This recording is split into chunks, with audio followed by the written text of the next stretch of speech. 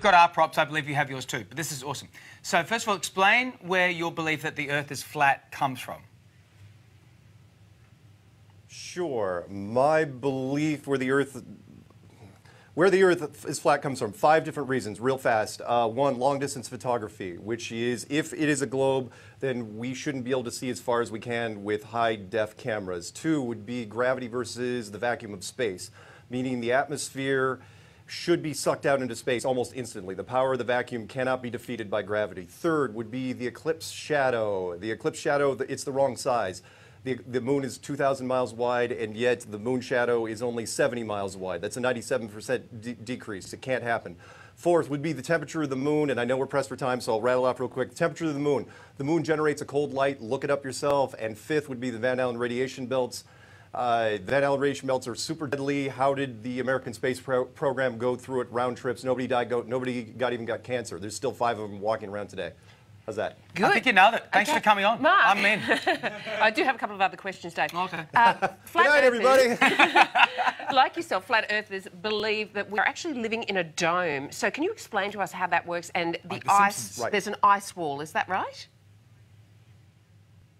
Sure.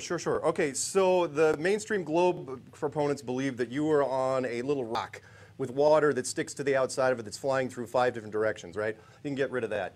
What we think is that you are living in a building, a structure, a planetarium, a terrarium, just like this. It's a little bit of a snow globe with walls and a floor and a ceiling, and that all the continents look pretty much the same with the exception of Antarctica, which is stretched around the entire outside, not like a Game of Thrones ice wall, but a very, very large continent that goes on for thousands of miles inland.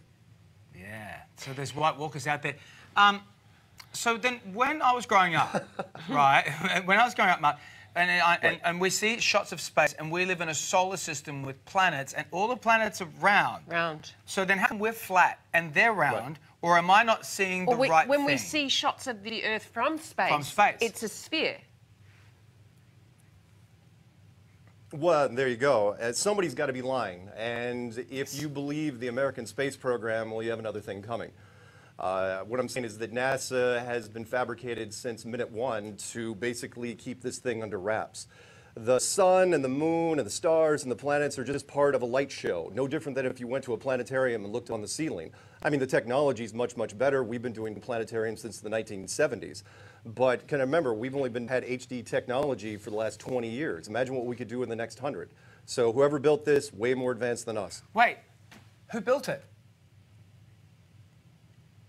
Well, take your pick.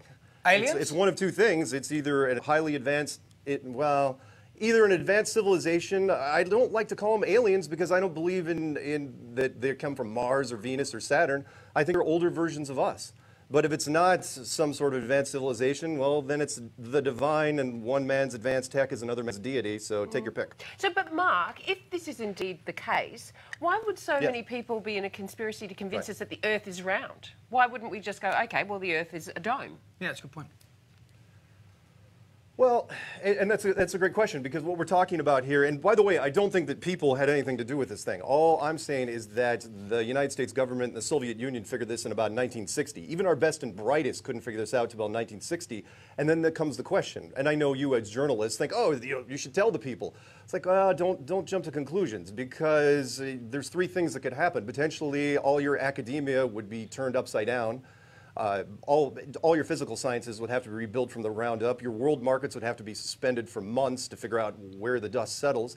And then, of course, the 5 religious houses all of a sudden have an advance over science, which they haven't for the last 5 centuries. That's a lot to take in for a civilization. But science moves on. But, Mark, science does move on. Science is the art of science is to look at something, break it down, see if it works, go in different theories. So why hasn't this been worked on before? And if what you're saying is true, then science will go, OK, let's prove this theory. If the theory proves true, then we all move on with the new theory.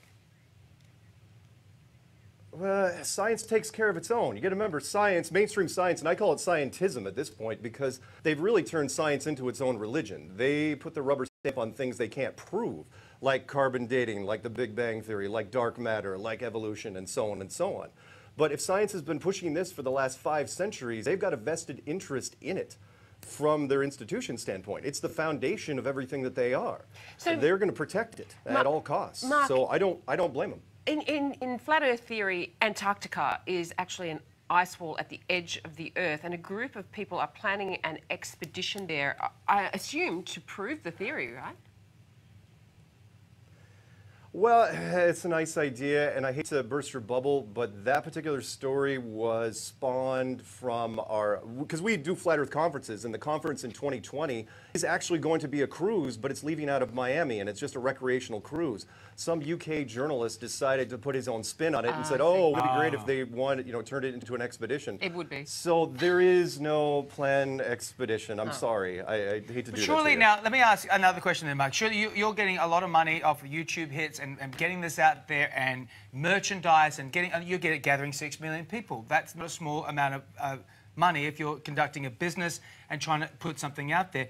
Couldn't you, like Tesla or something like that, conduct your own experiment by getting into a rocket, going up there and having a look for yourself, or going to the ice wall and seeing if the walkers are there? The expedition would be nice, absolutely. But the Antarctic Treaty, which is rock solid and not even up for debate until 2041, keeps just about any authorized expedition from happening. So we are stuck with the ground experiments. Long distance photography, lasers, weather balloons. Take your pick. We do a lot of different experiments. But yes, the expedition would be nice. And as far as money goes, come on. You don't get into Flat Earth to make money. In fact, I don't care about fame. I don't care about money. I just want to be right. And I don't make that much money off it yet. Yet. I think you need to get bigger props. We have a much bigger prop than you, and therefore I think our theory is better than yours.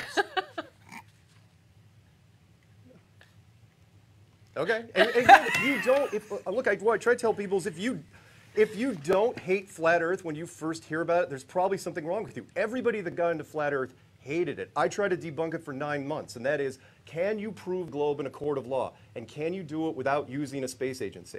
And eventually, you are going to run out of threads to pull on, and the only place you're going to have left to turn is this.